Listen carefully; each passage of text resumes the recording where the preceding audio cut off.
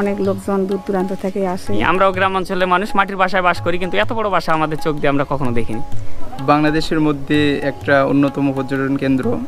আসলে এত বড় মাটির বাড়ি বাংলাদেশের তো কোথাও নাই, এশিয়ার মধ্যে আছে কিনা আমার জানা নেই।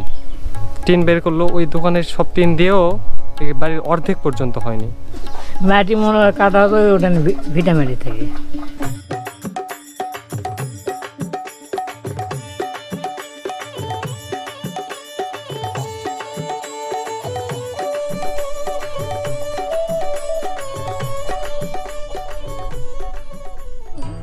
গ্রাম বাংলার ঐতিহ্য হচ্ছে মাটির বাড়ি। শীত ও গরমে বেশ আরামদায়ক হওয়ায় গ্রামের বিত্তশালীরা অনেক টাকা পয়সা খরচ করে নির্মাণ করতেন এইসব মাটির বাড়ি।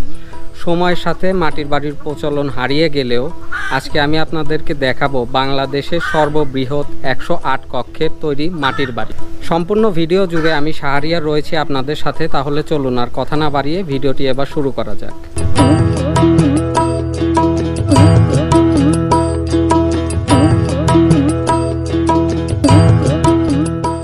গুগল ম্যাপে যে টাইপ করুন 108 মাঠ হাউস লিখে, তাহলে সরাসরি এই বাড়ির লোকেশন পেয়ে যাবেন।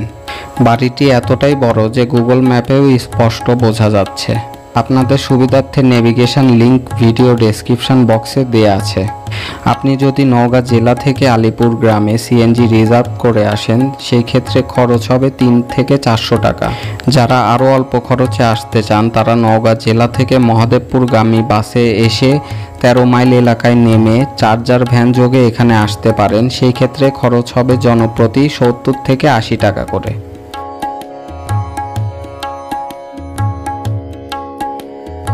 চলে এলাম আলিপুর গ্রামে। ডান দিকের রাস্তাটি হচ্ছে 108 ঘর মাটির বাড়ির রাস্তা।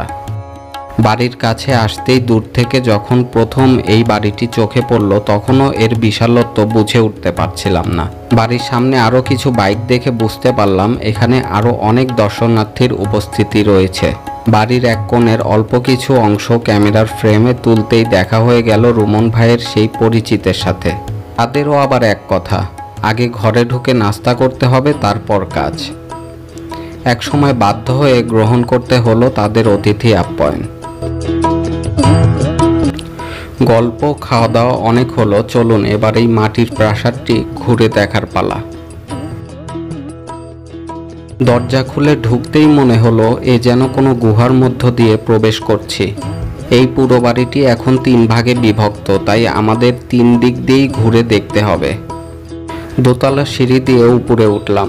এখানে অন্ধকার থাকার ফলে এক্সট্রা লাইট ক্যারি করতে হয়েছে আমাকে। বেশ পরিষ্কার পরিচ্ছন্ন তাদের এই মাটির বাড়ি। বাড়িটি ঘুরে দেখতে দেখতে চলুন এবার ধারণা নেওয়া যাক এই বাড়িটি সম্পর্কে। বিশাল এই বাড়িটি নির্মাণ করেন 2 সহোদর, শমশের আলী মণ্ডল ও তাহের আলী মণ্ডল। 1986 সালে তৈরি করা হয় এই বাড়িটি 3 বিঘা জমির উপরে, যার দৈর্ঘ্য 300 ফিট এবং প্রস্থ 100 ফিট। এটা দেখতে অনেকটা রাজপ্রাসাদের মতো। দোতলায় ওঠার সিঁড়ি 18টি এবং 96টি বড় ও 12টি ছোট কক্ষ রয়েছে এই বাড়িতে। দূর দূরান্ত থেকে প্রতিদিন কি পরিমাণ দর্শনার্থীরা আসে এই বাড়ি দেখার জন্য, চলুন এবার জেনে নেই এই বাড়ির মানুষদের কাছে। ঈদের পর দিন, মনে করেন ঈদের পর দিন থেকে শুরু করে এই পর্যন্ত অনেক মোটরসাইকেল বা কার বা মানে চার্জার ভ্যান, এতে অনেক লোকজন যাতায়াত। প্রতিদিনের জন্য 70 থেকে 80 বা 100 পার এরকম লোকজন আসে। মানে এর জন্য কি আপনাদের কোনো সমস্যা হয়? সমস্যা মানে আমরা তো বাইরে থেকে, ওরা বাইরে থেকে আসে যায়, তাদের মতো করে দেখে শুনে চলে যায়। এই বাড়িতে আপনারা সদস্য সংখ্যা কত? আমরা এই বাড়িতে সদস্য সংখ্যা আছে মোট 30 থেকে 35, এর মধ্যে মোট 8 জন ফ্যামিলি, মানে 8টা ফ্যামিলি বাস করে। আচ্ছা, সবগুলো ঘরই কি আপনারা ব্যবহার করেন নাকি? ঘরগুলো সবগুলো ব্যবহার করা হয় না, কিছু ব্যবহার করা হয়, কিছু এমনিতেই আছে। আগে যখন আমার দাদা জীবিত ছিল তখন একটাই বাথরুম ছিল, তবে এখন তাদের ছেলে মেয়ে মানে ছেলেরা আছে অনেক, 4টা ছেলের কারণে এই বাথরুমটা পড়ছে আর কি। সবার এইরকমই পড়ছে, ওই পাশেও আছে, ওই পাশেও আছে। বাড়ির এক সাইডে ঘোরা শেষে আমরা এখন প্রবেশ করছি আর এক সাইডে।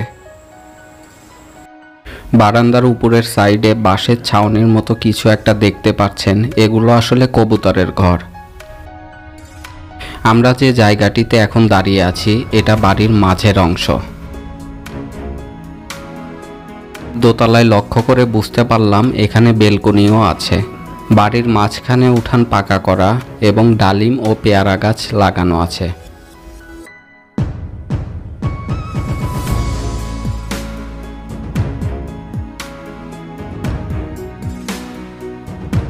একটি বিষয় খুবই অবাক হচ্ছিলাম এই ভেবে যে এত বড় একটি বাড়ি অথচ সে তুলনায় বসবাসকারীর সংখ্যা খুবই কম।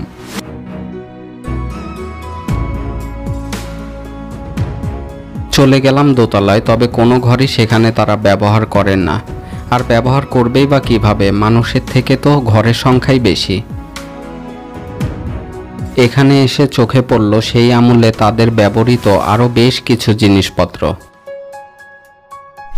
এটা হচ্ছে জোয়ান গরু খালবার গরু যে আগে তো টিলার আগে টিলার ট্রাক্টর ছিল না, এটা দিয়ে আসলে গরুর পিঠে লাগায় হাল এটা দিয়ে চাষ করা হতো। মানে হাল চাষ করার কাজে এটা ব্যবহৃত।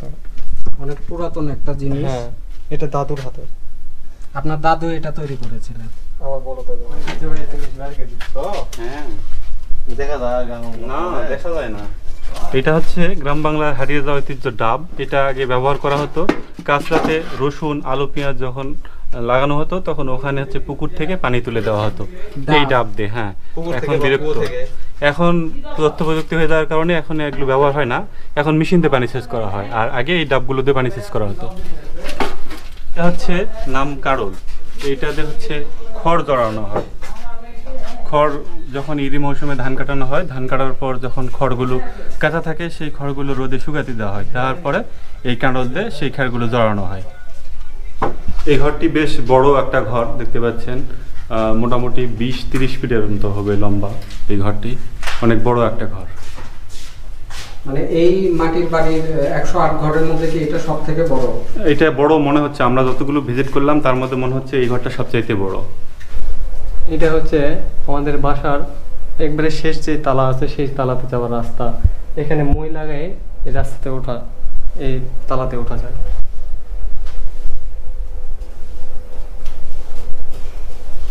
মানে দরজাটা এভাবে বানানো কি কারণে? মানে সিঁড়িও তো করা যেত।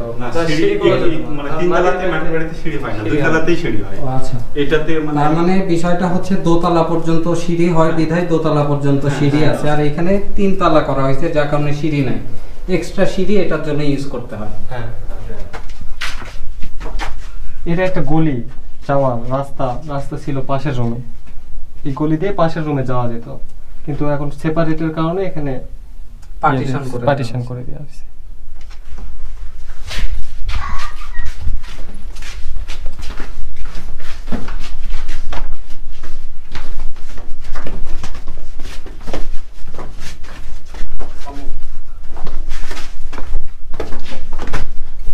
এটা মুরগির ঘর বাসা। মুরগিরা এখানে শুধু এখানে রাতে থাকে শুধু।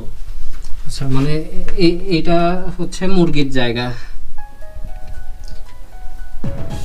কতগুলা মুরগি আটে এখানে? 20টার মতো। আমি এর আগে মাটির বাড়িতে কখনো এমন বেলকনি দেখিনি। বেলকনিটাও বেশ বড়, আর সেটাও তারা ফেলে রেখেছেন আর অপ্রয়োজনীয় জিনিসপত্র দিয়ে ভরা। বাড়ির প্রতিটা কক্ষই প্রায় একই রকম আর অন্ধকার। যেহেতু তারা সেগুলো ফেলে রেখেছেন তাই এখানে দেখানোর মতো আর তেমন কিছু নেই। আমরা সব মিলিয়ে মোটামুটি 18 থেকে 20টির মতো ঘর দেখেছি, আর তাতেই অনেক সময় চলে গেছে। চলে এলাম নিচের দিকে, আর নিচে এসেও চোখে পড়লো আরও বেশ কিছু জিনিসপত্র। গরুর গাড়িতে ব্যবহার করা হতো।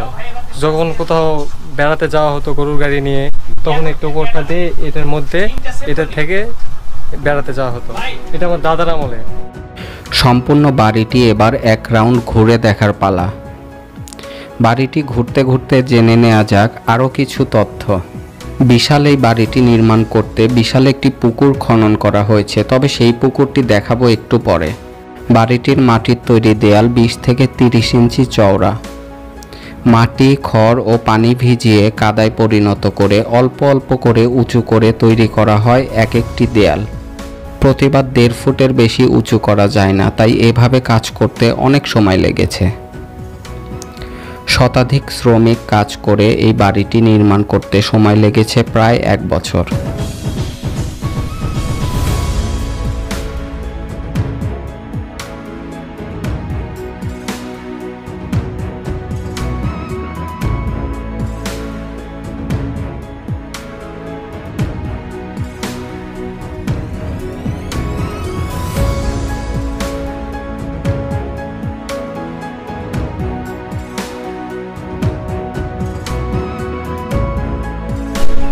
এই সম্পূর্ণ মাটির বাড়িটি এই পাশ থেকে ওই পাশ পুরো রাউন্ড ঘুরে দেখতে সময় লাগে 7 থেকে 8 মিনিট যদি আপনি হেঁটে হেঁটে দেখেন।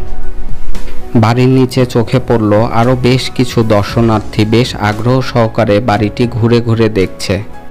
বিগত 2016 সালে পত্রিকায় আমি এই বাসাটার সন্ধান পাই এবং তারপর থেকে আসার চেষ্টা করি এবং আজকে আপনার প্রথম আসা? হ্যাঁ, এটাই আমার প্রথম আসা। আমার বন্ধু বান্ধব কয়েকজন মিলে আমরা বাইকে করে আসছি এখানে। আসার পর বাসাটি দেখলাম। বাসাটি দেখে কেমন লাগলো? খুব ভালো লেগেছে এবং কি মনোমুগ্ধকর পরিবেশ, যাকে এরকম বাসা আর কোথাও আমরা কখনো দেখিনি। আমরাও গ্রামাঞ্চলের মানুষ, মাটির বাসায় বাস করি, কিন্তু এত বড় বাসা আমাদের চোখ দিয়ে আমরা কখনো দেখিনি। এটাই একমাত্র বৃহৎ মাটির বাড়ি? হ্যাঁ, তাও এটা নিশ্চিত হয়েছি যে বাংলাদেশে এর থেকে আর বৃহৎ কোনো মাটির বাসা নেই। বাড়িটি নির্মাণের সময়কার কিছু কথা জানবো এবার।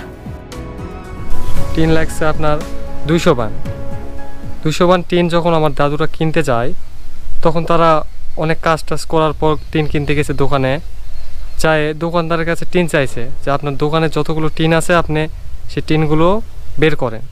তখন দোকানদার একটু হাসাহাসি করছে, তাদেরকে দোকান থেকে বের করে দিতে চাইছে। তারপরে যখন দাদুরা টাকা ছিল, যখন টাকাটা বের করলো তখন দোকানদার দেখে মানে হিমশিম খায় গেছিলো আর কি। তখন দোকানদার টিন বের করলো, ওই দোকানের সব টিন দিয়েও এই বাড়ির অর্ধেক পর্যন্ত হয়নি। আরও অন্য জায়গা থেকে টিন জোগাড় করে এই বাড়িতে এসে টিন দেওয়া হয়েছে। আগেই বলেছিলাম বাড়িটি নির্মাণের সময় একটি পুকুর খনন করা হয়েছিল। চলুন এবার দেখে আসি সেই পুকুরটি। আপনারা যে পুকুরটা দেখতে পাচ্ছেন, এই পুকুরটা কেটে এই বাড়িটা নির্মাণ করা হয়েছে। শুধু এই পুকুরটা দিয়ে হয়নি, আরও সাইডে থেকে আরও অনেক মাটি নিয়ে আসে বাড়িটা খনন করা হয়েছে। আসলে এখানে ছোট একটা ছিল, ছোট পুকুর ছিল, এটা কেটে কেটে আরও বড় করে এই বাড়িটা তৈরি করছে। বাড়িটির উপরে একটি কবিতাও লেখা আছে, যেটা পত্রিকায় ছাপা হয়েছিল। কোনো এক দর্শনার্থী এখানে ঘুরতে এসে এই বাড়িটির উপরে কবিতাটি লিখেছিলেন, এমনটা জানালো বাড়ির মানুষ। এই তীব্র গরমে যখন আমরা কাজ করে অনেক ক্লান্ত, ঠিক সেই সময় আকাশ ঢেকে এলো কালো মেঘে আর শুরু হলো ঝুম বৃষ্টি। সবাই নেমে পড়লাম বৃষ্টির মধ্যে এই বিশাল পুকুরে। একবার ভাবুন তো মুহূর্তগুলো কেমন হতে পারে।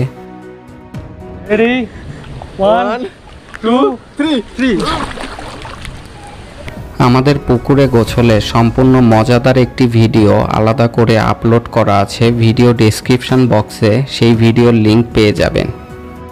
আপনারা যারা এখানে এসে গোসল করতে চান তারা এক্সট্রা জামা সাথে নিয়ে আসতে পারেন, কারণ এটা সবার জন্যই উন্মুক্ত।